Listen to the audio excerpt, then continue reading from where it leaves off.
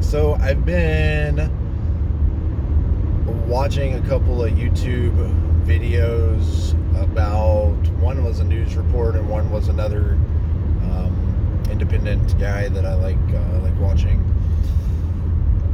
And the topic is a civil war in America. I'm a little divided on it right now. I have a couple of thoughts that I'd like to share. The video that I just watched was a news report with an expert who studied modern civil wars in other countries like apartheid and in the Middle East and things like that. It says that America right now is primed to have a civil war. They also mentioned that Americans right now really can't imagine or accept that might be possible because they're thinking of, Gettysburg and the old school Civil War in the 1800s, or the War of Northern Aggression, however you want to say it. That's what's in their mind, and they think, it won't be like that because obviously that would be a bloodbath. And she said, basically that wouldn't be the way it is. And so it's hard to imagine because it would be much more tactical. There would be a lot of small groups. And to be honest, part of me thinks, well, if that was the case, why isn't this already happening? Because it has been so bad for so long in so many people's minds that it seems like it should already be going on. I guess things like when the Pizzagate thing gets going and then you have a guy march towards a pizza restaurant and start firing shots because he believes there's a basement, and that maybe that does quell it, but I don't believe that the CIA or FBI or alphabet soup intelligent agencies would be able to keep a firm grasp on these groups within the US. There's so many workarounds. I'm not the most computer literate guy anymore, but I still know how to set up a proxy. I still know how to proxy. I still know how to do that whole song and dance.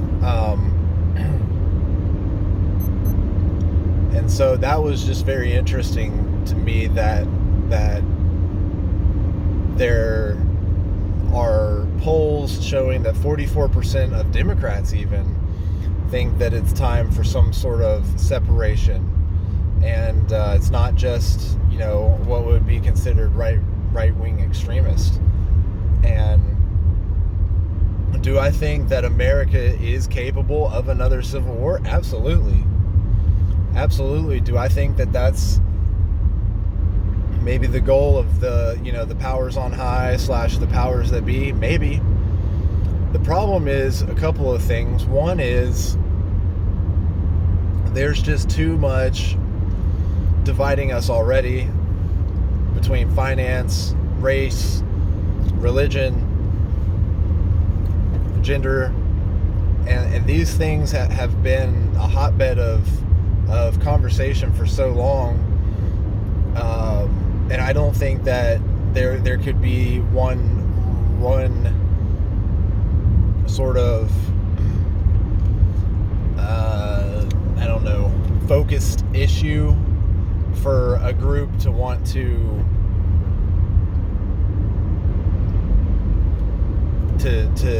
lash out, I guess. On the flip side of that, really I do believe that if there was any group to lash out, it would be Christians, particularly Caucasian, or maybe, I guess, to use the up-to-date terminology, the cis white Christians. I personally don't really identify as a Christian. I would say that I grew up Catholic Christian, and many of my values have a sort of Christian background, but those values can be, oh my God, there's a skunk, and I inhaled and it got in my mouth, and I can still smell it. Ugh.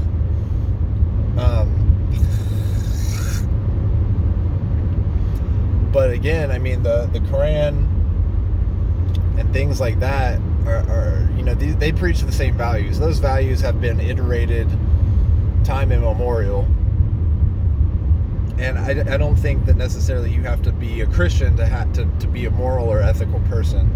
I know plenty of atheists who are just good people. Wow, that's rough.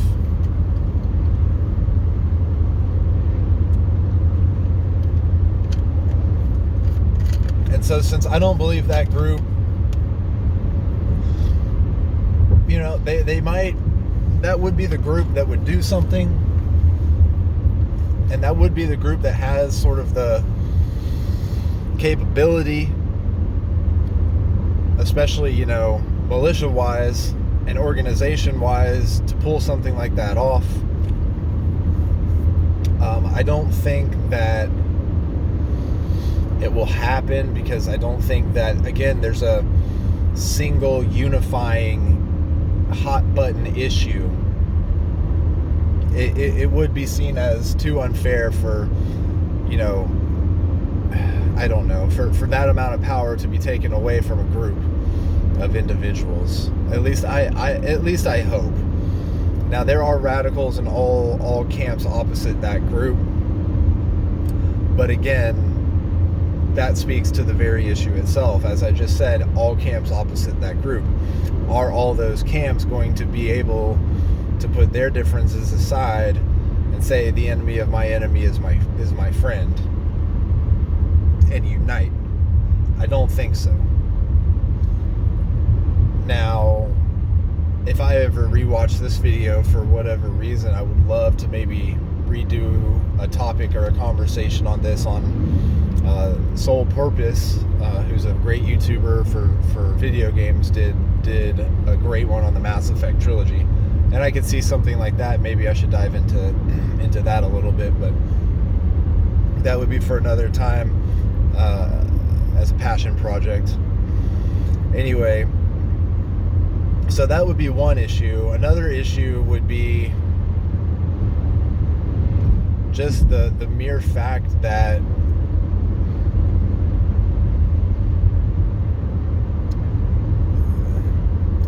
I just don't think that it would last very long, and I don't think that there would be people willing to give up what comforts of modern life they have. Now, again, for my conspiracy theorist minded folks who see the vaccine passports as a means to a certain end, there might be some merit to it. But again, well, maybe not again on this, on me speaking, but I believe that it was a primer. I really do. I believe that this whole, it's not really a charade. I mean, I think there's a lot of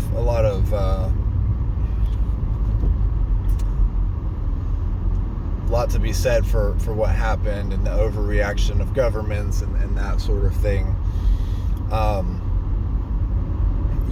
I don't think that there could be so many governments the world over that knew what the means was, but I do believe that there were so many corrupt politicians that were taking payments and being funded by somebody in particular, and that funding and that money coming in was how they reacted. And so I really feel like that was more the case. And I feel like this is more of a priming for the next time that it happens. And I think the next time that something happens similar to this is going to be a smallpox outbreak.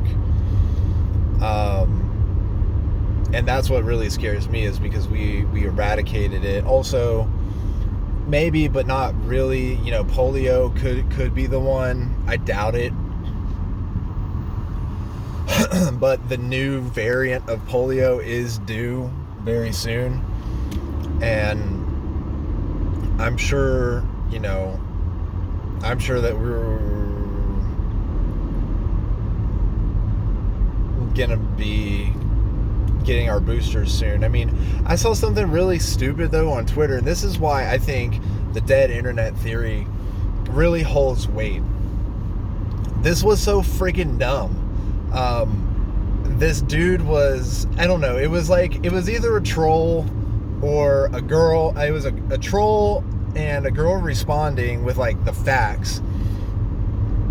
And she was talking about how like the vaccine, like if vaccines don't work, then why is this Yahoo here saying, I don't know, he said LOL, like we still have polio.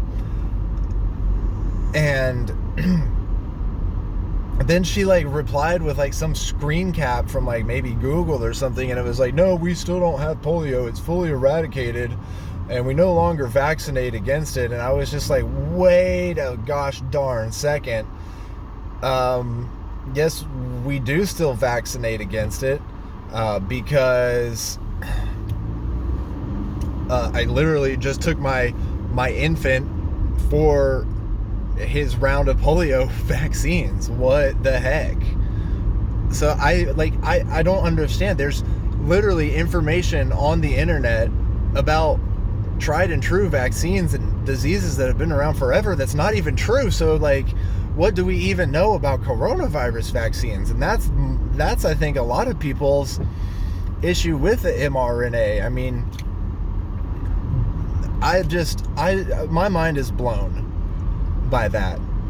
My mind is absolutely blown. And the thing is you'll see these like screen caps of things like on Reddit or wherever, and then it'll be like way like in support of the current marching orders, or the current whatever's going on for the agenda of the world. It's really cool. I haven't been this way. I'm seeing some new views. And then you'll go and look up that account, and either that account doesn't even exist or that tweet doesn't exist. And so, I mean, we have deep fakes, so it's very easy probably to fake a tweet.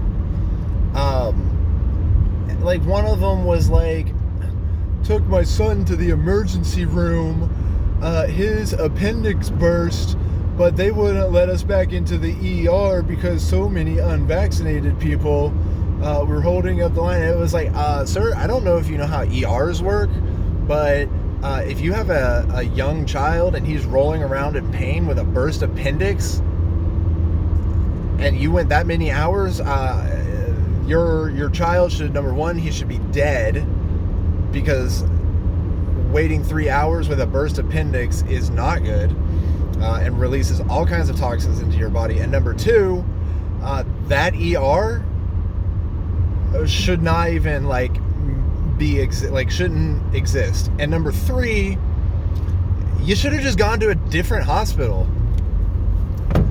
You can't tell me that there's not another hospital within 3 hours. You're telling me you're going to let your son sit there and wait in pain, writhing, torturous pain, instead of drive 20, 30, 40, even an hour across town, even 2 hours to another city with a hospital? Get the F out of here. That is some garbage. So back to Civil War in America. Dead internet theory, okay? It's a real thing. People are really out there trying to get you riled up, and like there is some agenda being pushed from somewhere. Like, wake up, people. I know it's hard to see. I couldn't pick it out either when I first like went down this rabbit hole over 10 years ago. In fact, you'll come out the other side with certain topics. I keep harping on 9/11, but like, just be open-minded about the moon landing conspiracy. Yes, we landed on the moon. Be open-minded about the flat earth. No, the earth is for darn sure not flat, but at least try to understand the logic, because once you understand the logic, the way that the logic doesn't work for a lot of this stuff, then you're going to be able to spot it with other conspiracies. And so when the conspiracy is actually in play and you got like the Warren Commission type stuff going on, you're going to be able to see it in real time, because you're going to like have gone back, with hindsight being 2020, haha, get it, with things in the past. And I mean, why are there so many redacted documents about JFK's assassination? I think because the CIA, who's not supposed to operate within its own country, did, because it felt its power was threatened. But I digress. Another thing is, I don't think that the powers that be, those on high, I don't think that they'd want a civil war. Not right now. Maybe at some point in the future. But they know that, number one, they can't right now. It would not happen.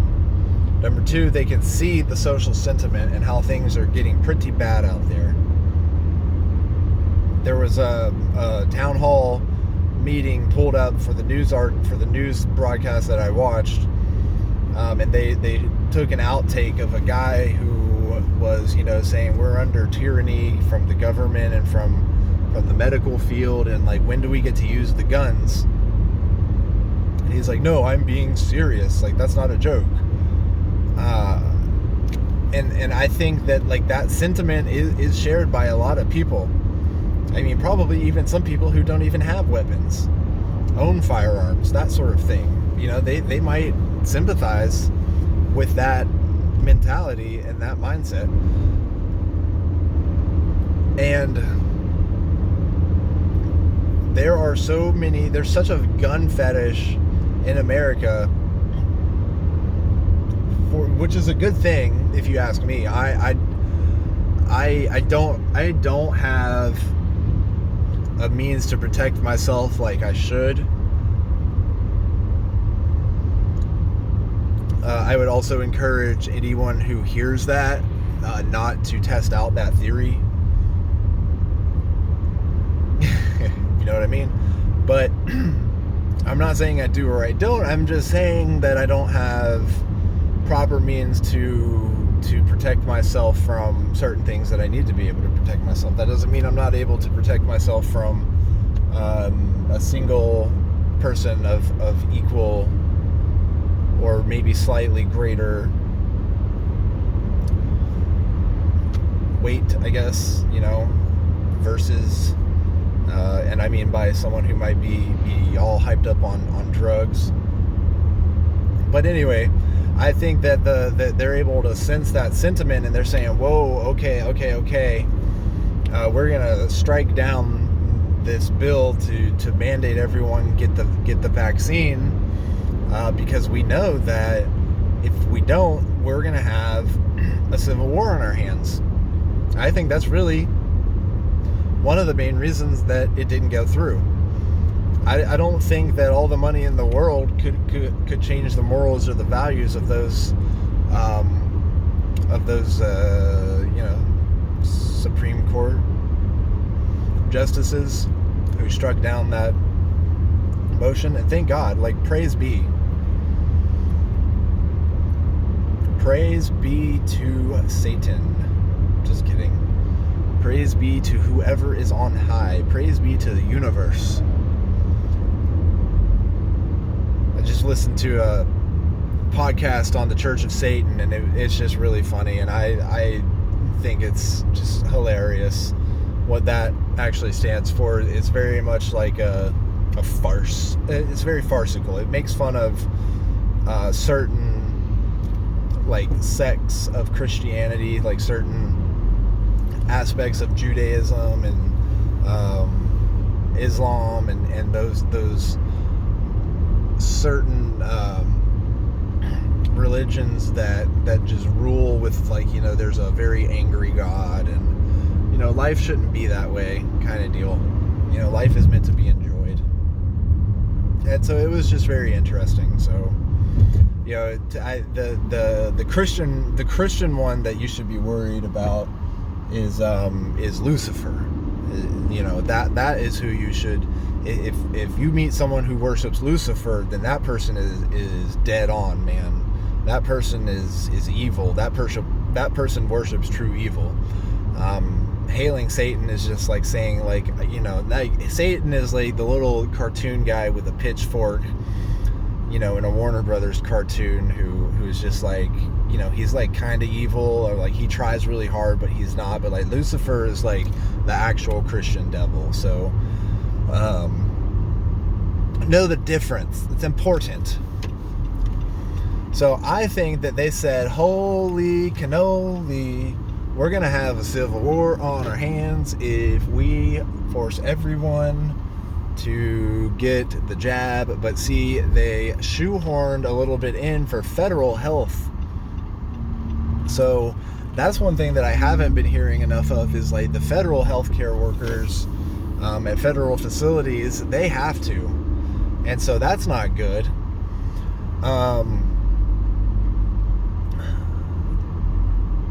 Anyway, yeah. I don't think that there will be a civil war this time, and I think that they stopped it, and they will try to do it again, and in before 2030 most likely, because right now they need to restrict more guns and more gun legislation, and they need to make it so that you know, they confiscate more of our firearms, because they cannot risk the bloodshed that would happen. And they also need to get more things in place to regulate the internet, and they know it. They know that we have too much ability to fight.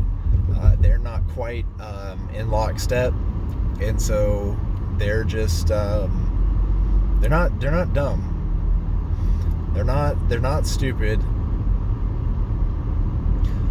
They have a long-term plan. They're playing a war of attrition, and we're playing a war for our future. So in a way, we're sacrificing our present for our future generation and our lineage. And the problem is, a lot of millennials and a lot of people my age and younger, you know, we're just selfish. A lot of baby boomers and Generation Xers are selfish. You know, I listen to a lot of Generation Xers. I'm friends with a lot of them as well. I was right on the cusp too. I was more of an echo boomer than a millennial.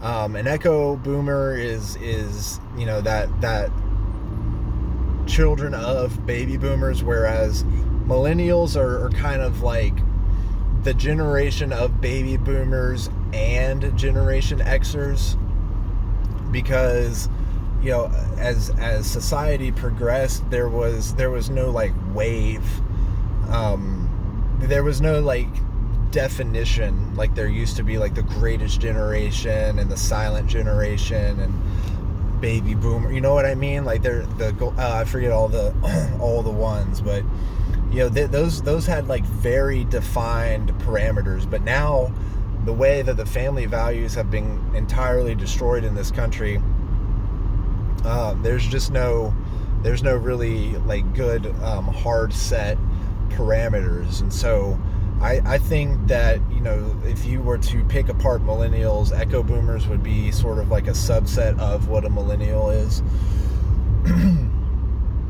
And I'm not like trying to like say any of that to be mean. I'm just trying to say that to be, you know, kind of like realistic, in the sense that, you know, people are just selfish, and that's just the way it is.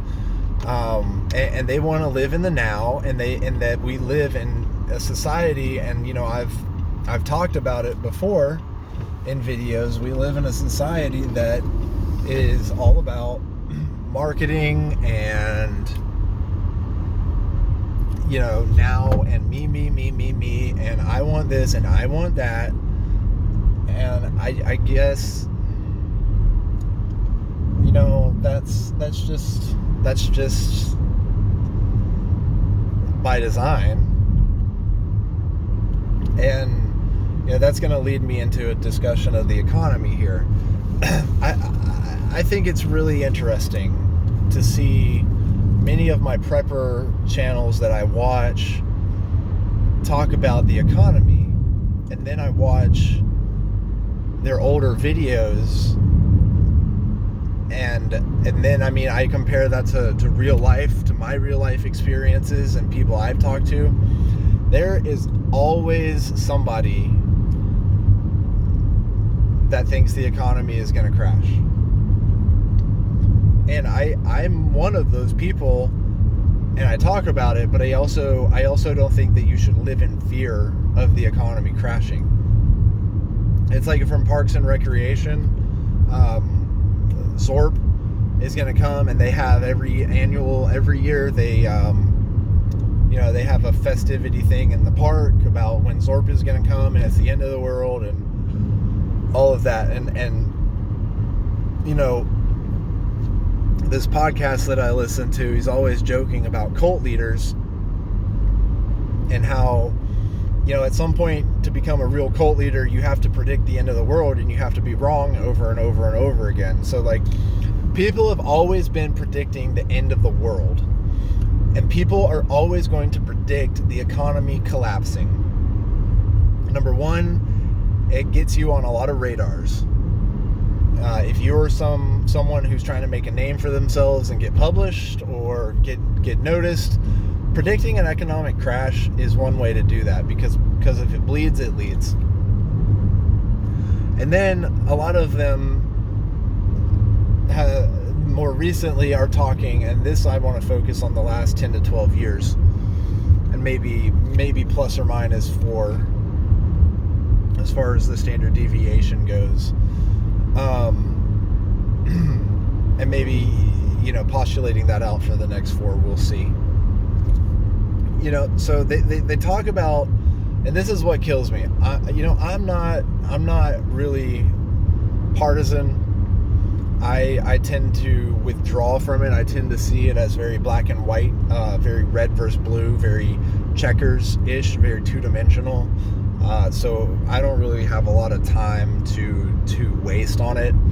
And the fact is, since it bleeds up into every other facet of life, I let the facets of life I care about dictate that. And so, for me, I like hiking, I like nature, and so I tend to be very, if I'm going to have to explain it, I tend to be very liberal when it comes to the environment. I want to preserve nature, I want to preserve this world, I want to protect it, but also I want to protect our ability to move forward in it, and become an extraplanetary species. I think that's a fine goal to have. Piney Road, well, look here now, got some. That's hilarious. I'm out here, man. Going to a aquarium store, check out what they got. I need some stuff. I had a snail crawl on my water pump for my aquaponics system, and I got hurt, and I feel very, very bad. He's hopefully going to be okay. I read that mollusks can regenerate a lot of body parts, and so he got stuck, and I panicked, and I turned off the pump, and I tried to pull him out, and a little bit of him got ripped off, and then he pulled back into his shell, so I think he's still alive. So I'm just gonna let him sit, and the internet says 7 to 14 days for vital body part or vital organ. Anyway, back to the economy. They talk about, and this is just people in general, and I'm not necessarily picking out one person. For instance, Herder, Let's Go Brandon, I think is a really dumb euphemism. I don't think it makes you smart. I don't think it makes you funny. I don't think It makes you intelligent for finding a way to get around politically correct culture. I think it just is just low class and stupid. That doesn't mean that I support PJB. I don't support our POTUS. Never really have. I kind of was like on the Bush bandwagon, but I was very young. And I loved me some W. I thought he was awesome. He just had that likable personality. But that illusion has melted away as time has gone on, and I've educated myself and I've read books and things have come to light. But the issue with the economy is people are very linear. They see, for instance, the gas prices that happened. They're like, oh, the president did that. No, he didn't. Do you really think that the world revolves around America? Because it doesn't. OPEC is a thing, and Russia is a major player, and China is a major player, and it's literally like the president has so little to do with that, and he always has and always will have pretty much nothing to do with a lot in this world. He is really just a face, a placeholder, and that's all he ever was and ever really will be. And he's a puppet. He is a puppet, beholden to foreign interests. As much as I hate to admit that, it's the sad truth of it.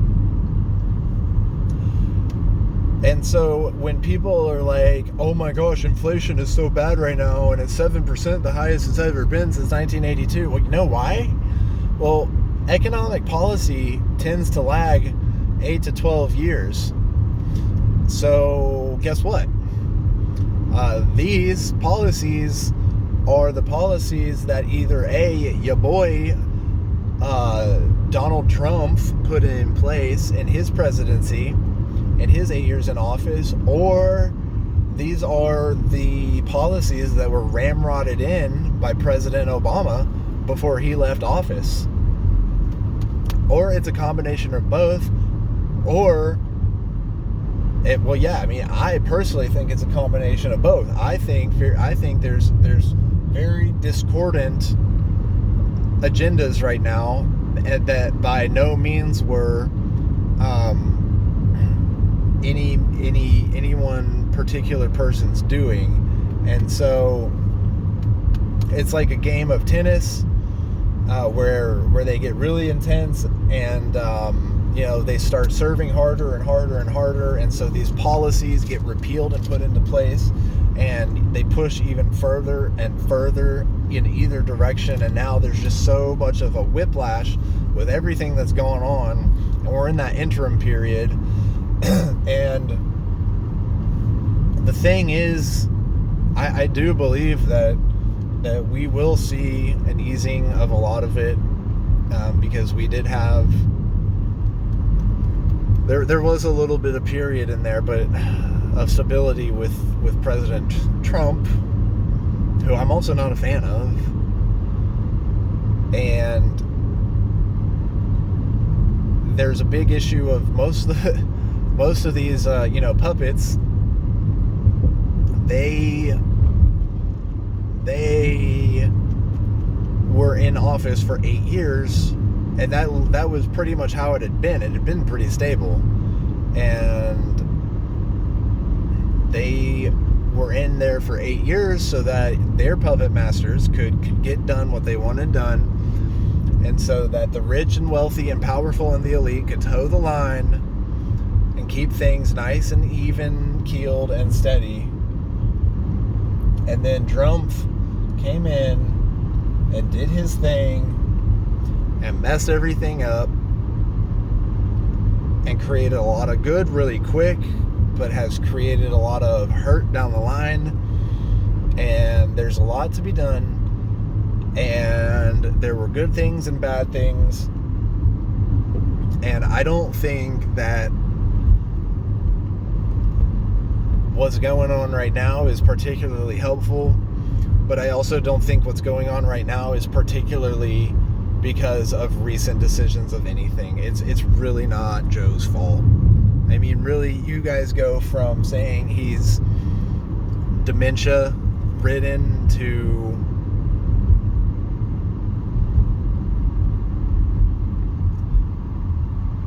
wow, this is wild. This is just a house. Oh no, it's up here. To, oh my gosh, he's ruining the economy. Okay, guys, you can't have it both ways. Is this it? Oh, I'm out in the middle of nowhere. I don't think this address is right.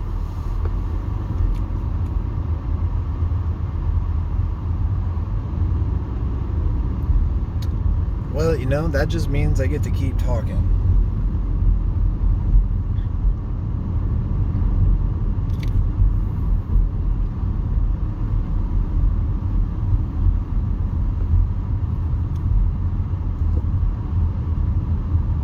Wow, this is odd. It's just like maybe the fish store got labeled wrong. I don't quite know.